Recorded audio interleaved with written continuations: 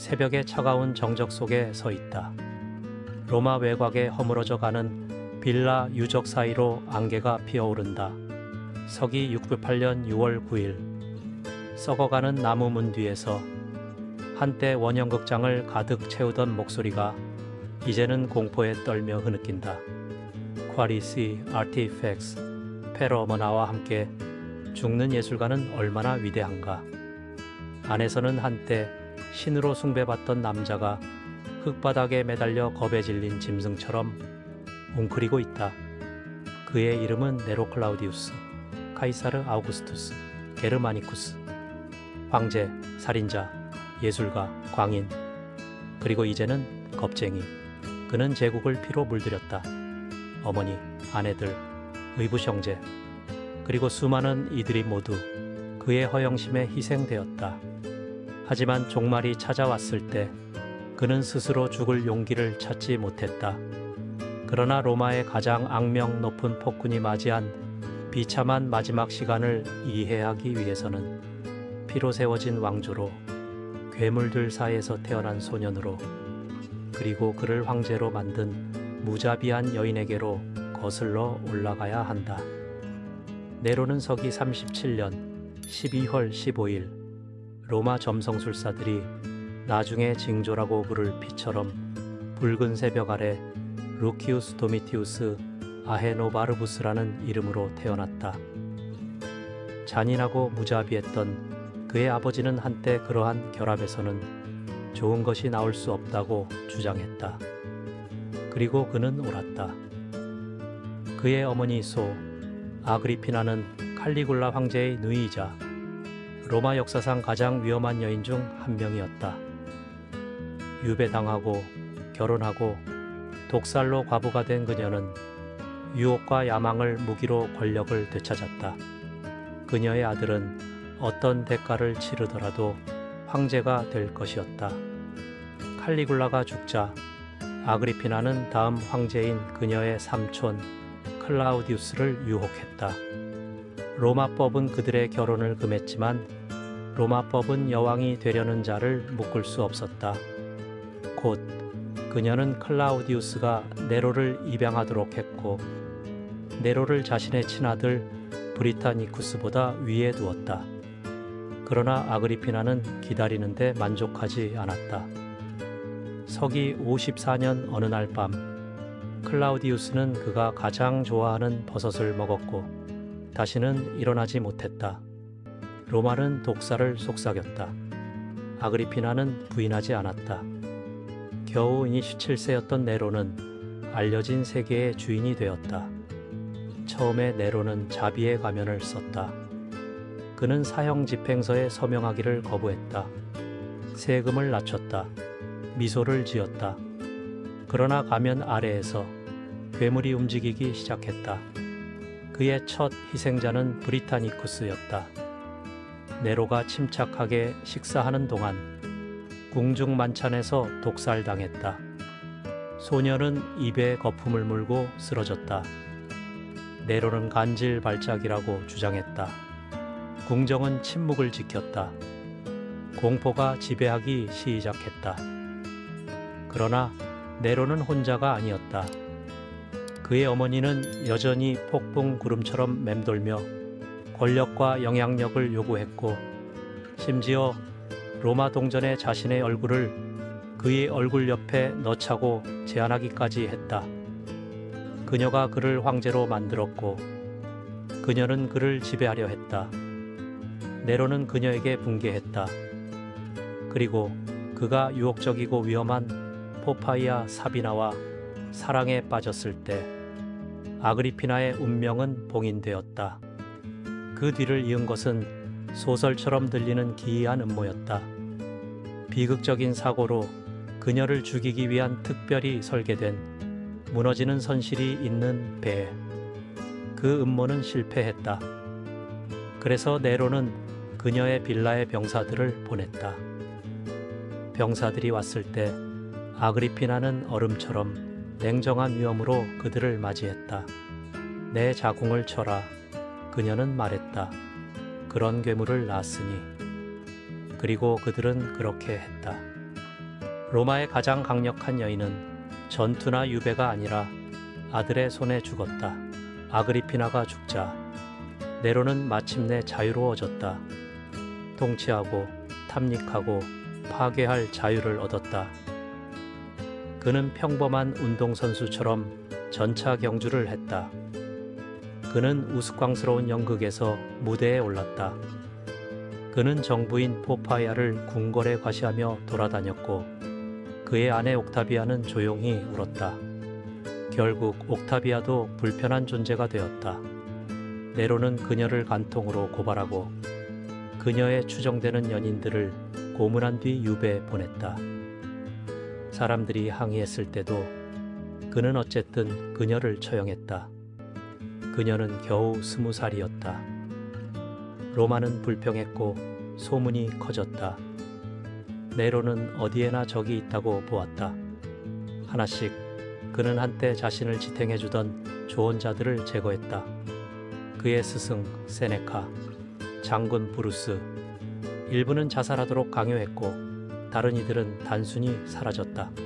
서기 652년이 되자 네로는 홀로 섰다. 황제, 예술가, 시인, 그리고 로마가 불탔다. 불은 서기 64년 7월 18일 키르쿠스 막시무스 근처에서 시작되었다. 6일 밤낮으로 불꽃은 영원한 도시를 삼켰다. 바람은 거리를 불의 터널로 만들었다. 가족들은 산채로 불에 탔다. 사원, 집, 역사 모두 재가 되었다. 네로는 어디에 있었는가? 어떤 이들은 그가 탑에서 리라를 연주하며 트로이의 파괴를 노래했다고 말한다. 다른 이들은 그가 구호 활동을 조직하기 위해 서둘렀다고 주장한다. 아무도 의심하지 않는 것은 이것이다. 연기가 거치자마자 네로는 건설을 시작했다. 한때 주거 지역이었던 곳에 그는 자신의 걸작을 지었다. 도무스 아우레아, 황금 궁전, 금, 진주, 상하, 회전하는 식당, 인공호수, 그리고 태양신으로서의 자신의 120피트 동상으로 이루어진 거대한 궁전이었다. 로마는 다시 속삭였다. 네로가 자신의 꿈을 위한 공간을 만들기 위해 불을 질렀을까? 그는 비난할 누군가가 필요했다. 그래서 그는 기독교인들을 찾아냈다. 그들은 이질적이고 이상했으며 불과 종말을 이야기했다. 네로는 대규모 체포를 명령했다. 기독교인들은 동물 가죽에 꿰매져 개들에게 찢겨 죽었다. 십자가에 못 박혔다. 산채로 불태워졌다. 그들의 몸은 그의 정원 파티를 밝히는 제국의 오락을 위한 인간 횃불이 되었다. 그리고 네로는 그들이 비명을 지르는 동안 시를 읊었다. 네로가 아내를 죽이면서까지 얻었던 여인 포파이아는 다시 임신했다. 잠시 동안 아버지가 된다는 사실이 황제를 부드럽게 만들었다. 그러나 아이가 죽었고 슬픔은 분노로 변했다. 어느 날 밤 전차 경주에 대한 말다툼 끝에 네로는 그녀를 때리고 배를 걷어찼다. 그녀는 쓰러졌고 피가 쏟아졌다. 어머니와 태어나지 않은 아이 모두 대리석 바닥에서 죽었다. 네로는 울지 않았다. 대신 그는 그녀를 대체했다. 그는 포파야를 닮은 스포루스라는 어린 노예 소년을 찾았다. 네로는 그 소년을 거세하고 여인의 옷을 입히고 가짜 결혼식에서 그와 결혼했다. 스포루스는 그의 아내가 되었다. 공개적으로 그들은 왕족처럼 행진했다. 사적으로 그 소년은 말로 표현할 수 없는 학대를 견뎌야 했다. 황제의 잔인함은 이제 전설이 되었다. 귀족들은 연극에서 강제로 공연해야 했다. 원로들은 굴욕을 당했다. 심지어 그의 전 스승 세네카도 죽음을 명령받았고 옛 로마인처럼 침착하고 위험 있게 자신의 혈관을 끊어 그렇게 했다. 그러나 네로는 멈출 수 없었다. 그의 굶주림은 더욱 깊어졌다. 그의 공연은 더욱 기괴해졌다. 그리고 곧 로마조차도 충분하다고 생각했다. 서기 67년 네로는 그리스를 순회하며 자신을 세계 최고의 예술가라고 선언했다. 그는 모든 축제에 참가하여 연기, 노래, 전차, 경주, 800개가 넘는 왕관을 수상했다. 심지어 전차에서 떨어졌을 때도 심판들은 그에게 1등을 주었다. 로마로 돌아오자 국고는 바닥났고 사람들은 굶주렸다. 그리고 속주들, 갈리아, 스페인, 아프리카은 봉기하기 시작했다. 서기 628년 원로원은 네로를 국가의 적이라고 선언했다. 그의 친위대인 프라이토리안이 경비대마저 그를 버렸다.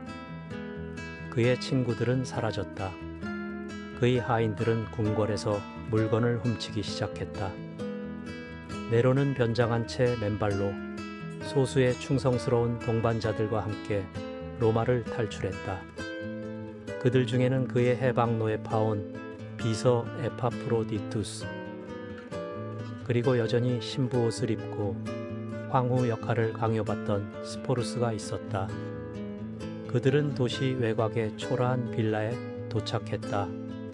네로는 배신을 두려워하여 문으로 들어가는 것을 거부했다. 그는 벽에 구멍을 기어 들어가 흙 속에 숨어 떨었다. 그는 소식을 간청했다. 그가 들은 소식은 그를 무너뜨렸다. 원로원이 그를 공개적으로 때려 죽이고 시신을 범죄자처럼 티베르강에 던지라고 명령했다는 것이었다. 사람들은 거리에서 춤을 추고 있었다. 심지어 그의 의상들, 그의 소중한 의상들도 약탈당하고 있었다. 네로는 울었다. 내 물건들을 훔치고 있어. 그가 흐느꼈다. 내 아름다운 물건들을. 병사들이 다가오자 네로는 자신이 평범한 사람처럼 죽을 수 없다고 외쳤다. 나는 카이사르다. 나는 예술가다. 나는 세상에 아름다움을 가져왔다. 그의 동반자들은 스스로 죽을 것을 촉구했다. 전통이 그것을 요구했다. 고귀한 로마인은 수치가 아니라 자살로 죽어야 한다.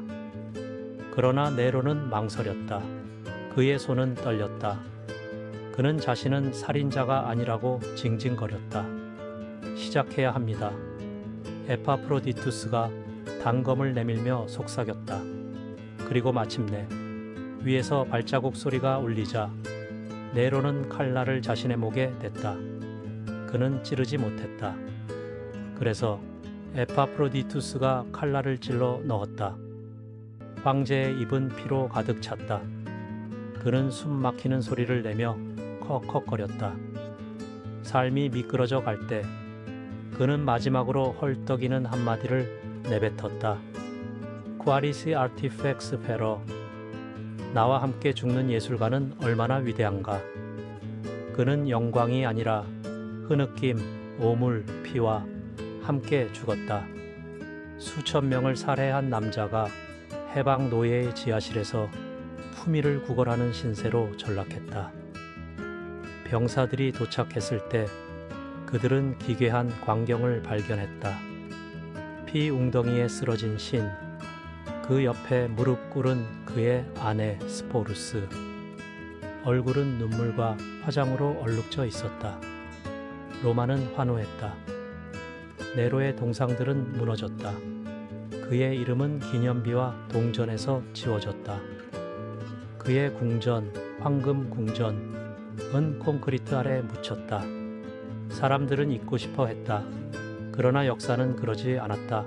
네로의 죽음 소식이 도시에 전해지자 로마는 축하로 들끓었다. 장례식도 애도도 없었다. 오직 기쁨뿐이었다. 시민들은 그의 희생자들의 동상에 꽃을 바쳤다. 원로원은 그의 기억을 저주하기 위해 신속하게 움직였다. 이는 다므나티오 메모리아에, 담나티오 메모리아에 라고 불리는 로마 의식이었다. 그의 이름은 건물에서 깎여 나갔다. 그의 형상들은 녹여졌다. 그의 거대한 동상은 벗겨졌고 얼굴은 다시 조각되었다. 불타는 로마의 제위에 세워졌던 황금 궁전은 콘크리트로 채워져 지워졌다. 그 잔해 위에 콜로스이 솟아오를 것이었다. 황제의 자아를 위한 기념물이 아닌 사람들을 위한 오락시설로. 그러나 네로가 남긴 피해는 대리석과 금보다 더 깊었다. 아우구스투스의 혈통인 율리우스 클라우디우스, 왕조는 네로와 함께 끝났다. 로마는 혼돈에 빠져들었고 그가 남긴 텅 빈 왕좌를 차지하기 위해 군대들이 싸우면서 한 해 동안 4명의 황제가 통치했다. 그리고 그가 산산조각 낸 사람들은 어떻게 되었는가? 네로가 아내로 삼았던 소년 스포루스는 네로사 후 다른 황제에 의해 로마를 끌려다니며 계속해서 굴욕을 당했다. 결국 그는 더 이상 수치를 견디지 못하고 스스로 목숨을 끊었다. 셀 수 없는 귀족, 병사, 노예, 시민들이 네로의 허영심의 희생양이었다. 그는 잔인함을 공연으로 제국을 그의 개인 무대로 바꾸어 놓았다. 타키투스, 수에토니우스, 카시우스 디오, 로마의 위대한 역사가들은 그를 묘사하려고 했지만 그들조차 압도된 듯 했다. 타키투스는 이렇게 썼다. 그는 어떤 가증스러운 일도 하지 않은 것이 없었다. 그들은 단순히 삶을 기록하는 것이 아니었다. 그들은 권력이 망상과 만났을 때 인간 타락의 한계를 기록하고 있었다. 결국 네로는 신이나 심지어 통치자로도 기억되지 않았다. 오히려 경고의 이야기로 남았다.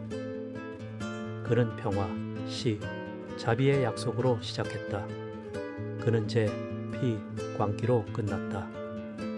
그의 이야기는 양심 없는 권력이 부패로 변한다는 것을 상기시킨다. 폭군의 손에 든 아름다움은 또 다른 무기에 불과하다는 것을. 그리고 비단과 금 속에서 태어난 황제조차도 흙바닥을 기어다니며 쓰라린 마지막까지 거짓말을 속삭이며 죽을 수 있다는 것을. 괴물은 죽었다. 그러나 교훈은 남는다. 그는 자신을 예술가라고 불렀다. 그는 노래, 조각, 볼거리를 통해 로마의 아름다움을 가져왔다고 믿었다. 그러나 네로가 진정으로 숙달한 유일한 것은 잔인함이었다. 그는 병사들로 자신의 어머니를 살해했고 발길질로 자신의 아내를 죽였으며 불로 자신의 도시를 태웠고 공포로 자신의 백성을 지배했다. 그리고 로마인처럼 죽음을 맞이할 때가 오자 그는 아이처럼 숨었다. 군중도 없었다. 무대도 없었다. 오직 흙바닥과 침묵, 그리고 수치심만이 있었다. 그의 마지막 말, 쿼리 아티펙스 페러는 한탄이 아니라 쓰라린 아이러니로 울려 퍼진다. 왜냐하면 그날 죽은 것은 예술가가 아니었기 때문이다. 그것은 자신의 천재성을 확신했던 폭군이었고 자신의 자아에 의해 파괴된 존재였다. 그리고 남은 것은 교훈이었다. 견제받지 않는 권력은 언제나 스스로를 갉아먹을 것이라는 것. 예술로 위장된 잔인함은 여전히 잔인함이라는 것. 그리고 아무리 황금으로 빛나는 왕관이라 할지라도 사람이 직시하기 두려워하는 진실로부터 그를 보호할 수 없다는 것. 이것은 단지 네로의 이야기가 아니다. 이것은 문명이 어떻게 붕괴하는지에 대한 이야기이다. 갑작스러운 폭발이 아니라 느리고 화려한 쇠퇴 속에서